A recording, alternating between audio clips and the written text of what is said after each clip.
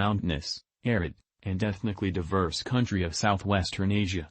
Much of Iran consists of a central desert plateau, which is ringed on all sides by lofty mountain ranges that afford access to the interior through high passes. Most of the population lives on the edges of this forbidding, waterless waste. The capital is Tehran, a sprawling, jumbled metropolis at the southern foot of the Elburz Mountains.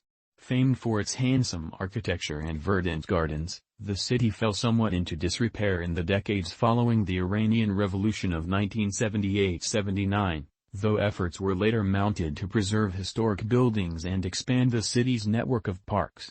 As with Tehran, cities such as Isfahan and Shiraz combine modern buildings with important landmarks from the past and serve as major centers of education, culture, and commerce.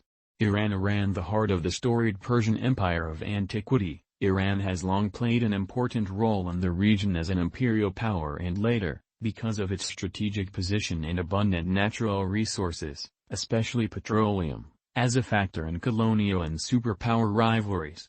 The country's roots as a distinctive culture and society date to the Achaemenian period, which began in 550 BCE.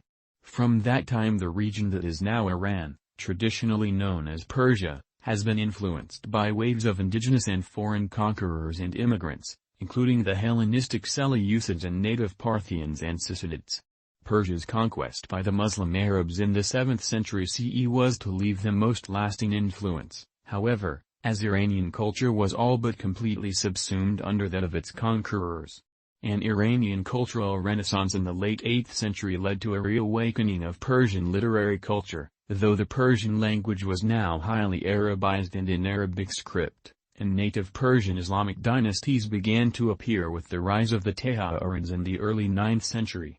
The region fell under the sway of successive waves of Persian, Turkish, and Mongol conquerors until the rise of the Safavids, who introduced Twelvershism as the official creed.